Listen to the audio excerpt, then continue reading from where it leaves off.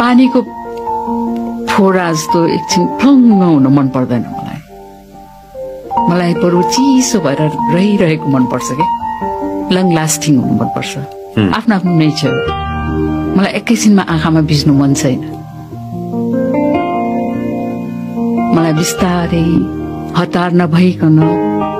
मलाई जीवनको अन्तिम क्षणसम्म यो बाटोमा बिस्तारै नै हिँड्नु हतार छ हतार गरेर दौडेर गएर आदिमा थाकेर अनि कता जाउँ के गरौँ भनेर अल्मलिनु मन